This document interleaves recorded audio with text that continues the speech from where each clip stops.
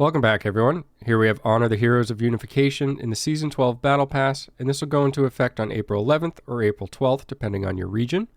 First up, we have the Battleground Q cancellation penalty. When a player has been chosen for a Battleground match and repeatedly cancels at the match found screen, they will receive the following warning. Due to frequent cancellations, if you cancel again, you'll be unable to participate in Battleground for 5 minutes. Do you still want to cancel? What I really like about this is the developer's note making use of the specific words Dodgers and Troll. Now, this might have occurred before, I just haven't seen it, but perhaps it has. I've never seen the developers refer to players in that manner, so this obviously shows that they know it's intentional or deliberate, and they want to do something about it to prevent it. They'll continue to monitor Battleground in all aspects and make further changes to help improve the experience for all players. So this means this might not be the final iteration that we see. They'll kind of continue to make adjustments if needed and come up with a solution that works to prevent this kind of behavior. Battleground matchmaking optimization has been further optimized to create evenly matched teams more consistently. A great change. I think a lot of players welcome this as well. Being on both sides with both a high resonance character and a free-to-play character, I can say that from both sides, the matches can be very imbalanced, unfair, and sometimes just downright unenjoyable. So great to see this. I don't know what this will come at the cost of. Perhaps this is going to be longer queue times. Either way, I think overall this is probably going to be preferred by a lot of people, even if you have to wait a little bit longer to get your match in. Paragon updates. A 7-day cooldown to reset all Paragon point allocations has been removed. Additionally, all Paragon selections can now be saved as part of a loadout in the armory. So this is the only thing I'm not 100% behind. I would have preferred if this had been reduced rather than removed. I would have liked to have seen, 1 day, 3 days, something like that, rather than just removing it. I think having to choose where your points go is part of what makes your character unique, and this is just going to kind of make everybody have the exact same cookie cutter setup or cookie cutter builds, and just takes away from the game a little bit, in my opinion. Essentially, once you have reached Paragon level 100, you're just going to have 100 points in whichever tree you're using for that type of content. So it kind of takes away from it, really. Obviously, as you unlock additional Paragon levels, you'll be able to kind of improve your secondary stats, but that's, again, I just feel like your optimization has gone down, and I think that's actually negative. Accursed Towers. If a clan owns 2 towers and attempts to challenge a 3rd tower, they must choose one of the current towers to give up if they win ownership of the 3rd tower PvP.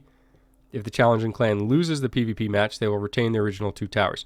You can only own 2 towers at one time, so what this is saying is you can own those 2, challenge a 3rd. If you win, you then get to decide which of those 3 you want to get rid of. However, if you own 2, challenge 1, and lose, you'll just keep the original 2 that you had. Leaving clan cooldown. If a player leaves a clan, they'll be unable to participate in the Accursed Towers PvP, Challenge the Immortal, which is the free-for-all event, Rite of the Exile, and Shadow War for the remainder of that activity's weekly cycle. They can still receive personal rewards from participating in the PvE portion of the Accursed Towers with the new clan, but they will not contribute to the clan's Curse Shard total. Cannot be appointed as a clan leader for the remainder of the current week's cycle. These changes will not apply to players who swap clans before this goes into effect on the 11th or 12th, depending on your region.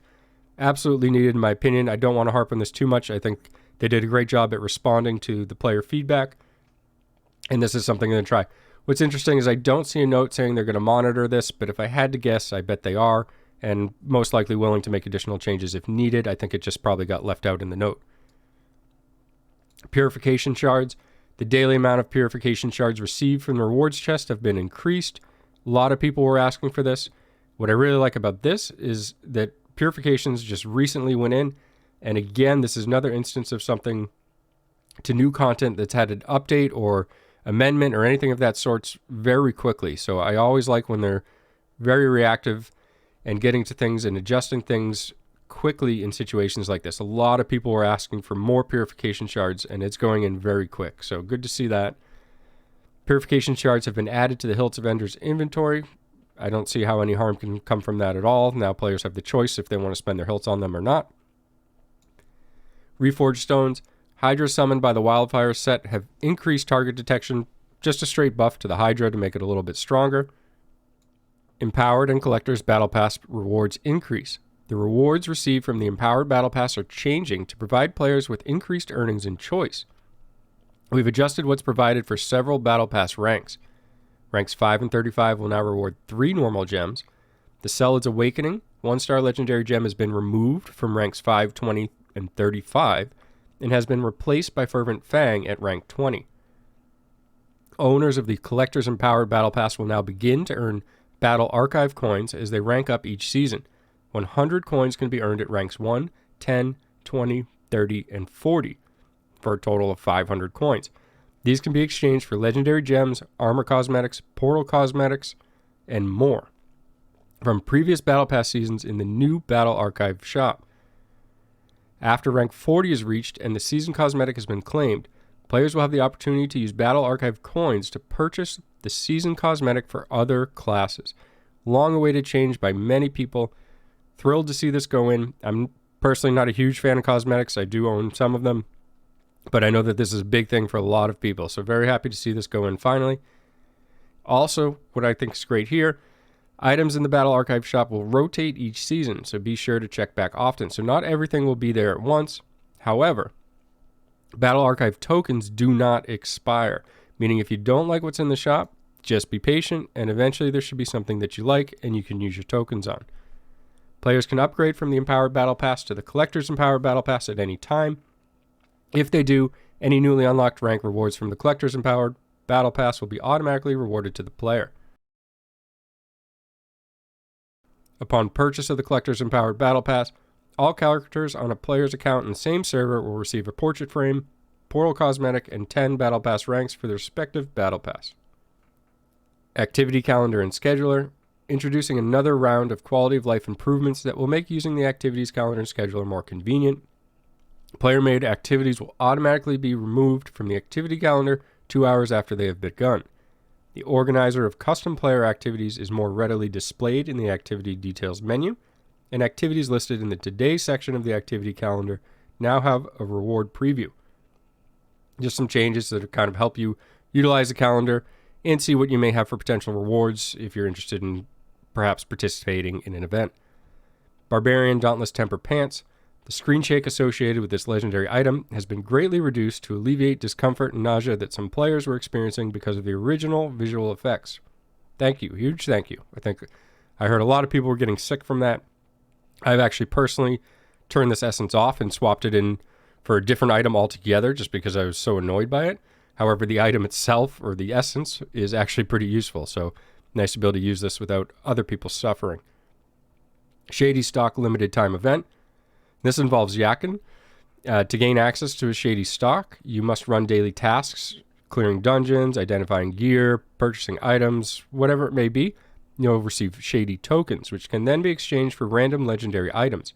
If you do 3 of these Shady tokens, you'll also receive a random set item. I don't see how anybody could be disappointed with this. Just some additional things to do daily for about a week time here for additional legendary items and a set item, which are some pretty good rewards in my opinion. So one of the more lucrative events that we might have seen so far. Probably no surprise that it's tied to Yakin. Season 12 Battle Pass, Heroes of Unification, and a preview of the Demon Hunter skin there. Into the Dark Wood limited time event, and this is another one of those events that you'll kind of log in, get some tasks. As you complete tasks, you'll receive some rewards, with the most 2 beneficial ones basically being the Telluric Pearl and the Legendary Crest, and some bug fixes. So overall, a lot of great changes. Actually, in my opinion, a lot going into this minor update. Happy to see all of it. As I mentioned, the only thing I'm really not 100% on board is just the Paragon point reset being unlimited, but we'll see if that gets changed, or perhaps there's more people in favor of it than are against it, which is fine as well. Thanks for taking the time to watch, and have a great day.